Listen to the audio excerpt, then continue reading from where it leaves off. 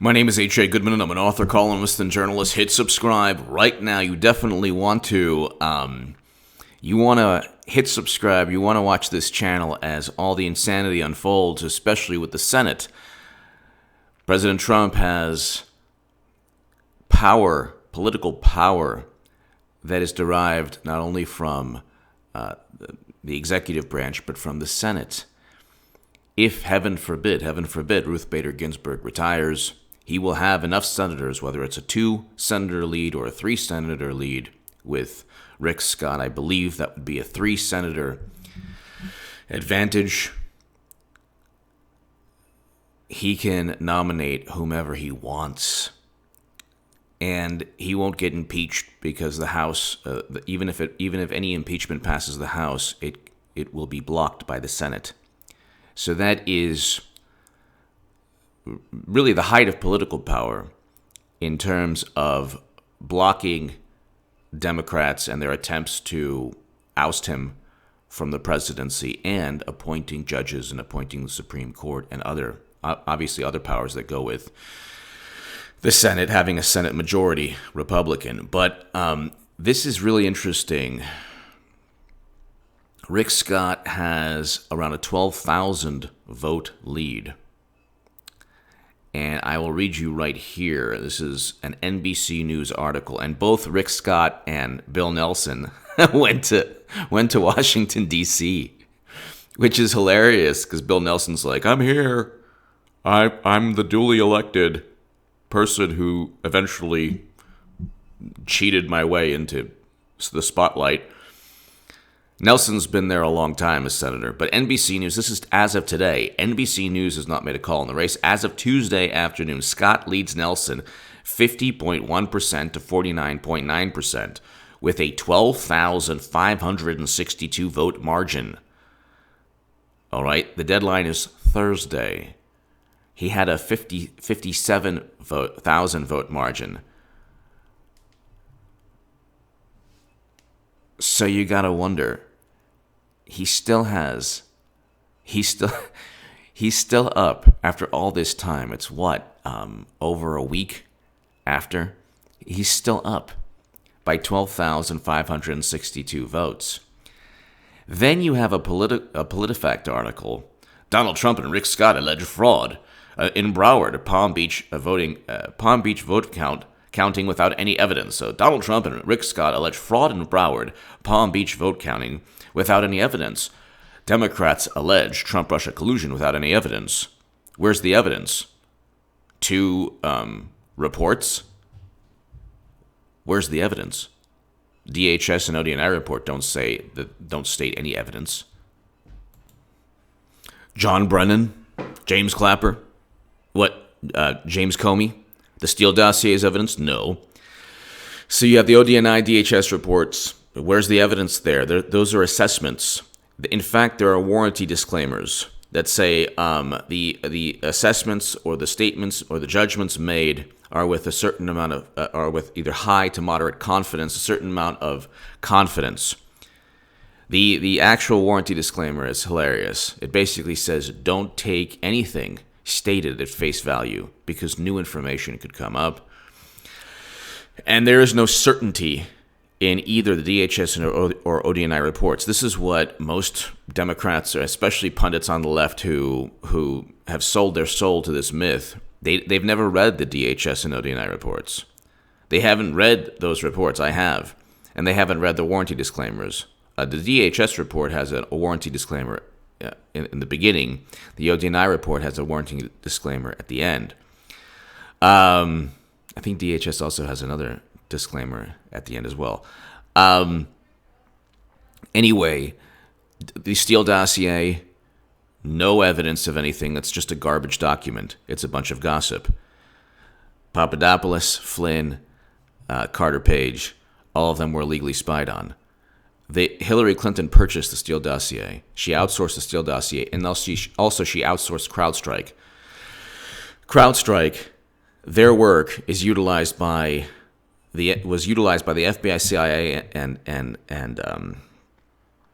NSA to gather $30+ billion The NSA is moderately confident. The CIA and FBI are highly confident. Nobody is certain. And CrowdStrike was outsourced by Hillary Clinton. And then they gave images of DNC servers to the FBI as if we should trust those images. It's a conflict of interest. Democrats would never trust Trump Strike to give images of allegedly hacked RNC servers. So we can go on forever. There's no evidence, but this is a PolitiFact article. Broward County, just because things aren't working doesn't mean they're cheating. There's fraud. Yes, it does in that instance. Yes, it does. Where there's smoke here, there actually is. Where there's foul play, that does correlate to Bill Nelson suddenly gaining votes, because Broward County has already been involved in cheating. They illegally destroyed ballots. That the DNC primary, the judge ruled that the DNC primary showed that basically the whole Russian hacking myth is a myth predicated upon Putin informing the country that Bernie Sanders was cheated by the DNC. They're known for cheating. That's all they do. When Obama was in 2008 running against Clinton, David Plouffe complained of cheating, massive fraud in Nevada and other places. That's what Clinton does. That's why I say if Matthew Whitaker and Trump, if they don't do what they need to do, if they don't do what they need to do and simply go where the evidence takes them and indict Clinton,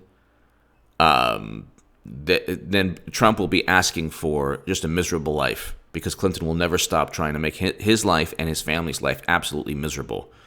He didn't commit crimes with Russia. She did. But again, this goes back to she did commit crimes. She transferred top secret intelligence outside the United States government onto a server in her basement in her bathroom, and you have millions of people now who are convinced that Trump worked with Russia, all because Clinton purchased the Steele dossier.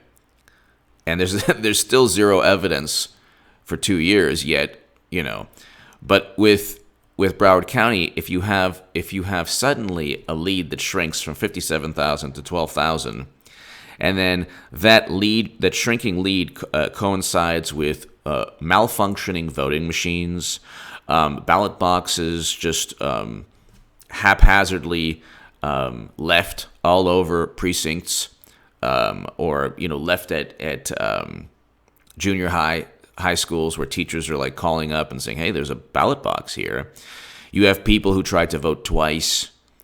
You have all these voting or voter irregularities that correspond with a shrinking lead. You do not need Hillary Clinton or Debbie Wasserman Schultz or Miss Snipes, Dr. Snipes, to say, "We are cheating, signed the Democrats." They are known for that. The DNC primary proved that. In fact, the lawyers, and that's why I love Jared Beck, Nico House, and Elizabeth Beck, they found out, it was their DNC fraud lawsuit, that all the wonderful people who are fighting the system didn't want to talk about. By the way, like when I speak about that, I love Jimmy Dore. Jimmy Dore, I love. He is legit. He's real. He's awesome. I'm talking about the other people that just people out there who claim to be Bernie Sanders supporters or whatever, but they never speak about certain things. And then they get on me for saying that Hillary Clinton was going to be indicted. She will be indicted, and she did commit crimes. But how do you protect Clinton and then tell people to vote for Hillary Clinton? And never defend WikiLeaks, which is another hallmark of somebody who doesn't want to fight the system, and not have one hit piece written on you. So if you know who I'm talking about, it doesn't matter. I don't really care, because I'm not on the left. So they can, people on the left, certain people are like, "Oh my God, he's a Trump supporter." No, yeah, I've been a Trump supporter for a long time. Scott leads Nelson 50.1% to 49.9% with a 12,562 vote margin. That lead has shrunk. That lead has shrunk from 57,000 to 12,562 votes. That shrinking lead corresponds with voter irregularities and malfunctions and just bizarre, suspicious behavior. That's called fraud. That's called fraud. You don't need, because that's what the media said the same thing. The media said the same thing in the DNC primary. They said, They said, there's no evidence of cheating. And then we found out from the emails their grubby little hands forced Debbie Wasserman Schultz to resign. And we already know that Dr. Snipes at Broward County, we already know that a judge ruled that she illegally destroyed ballots with Tim Canova and Debbie Wasserman Schultz. They're cheaters. And Nelson is he's in Washington, D.C. He's like, I'm here. I won. No, you didn't. No, you didn't. Rick Scott, I do believe Rick Scott will win. I'm just, with everything going on lately, I'm just going to wait and see. I do believe that he will win. And I believe that's a 3 Senate lead. You're not going to get 3 Jeff Flakes. Give me your thoughts below. Hit subscribe right now. Thank you so very much. Rick Scott has a 12,000. He has a 12,562 vote lead as of today. Thursday is the deadline. Let's see if they find more votes from now until Thursday. Thank you so much.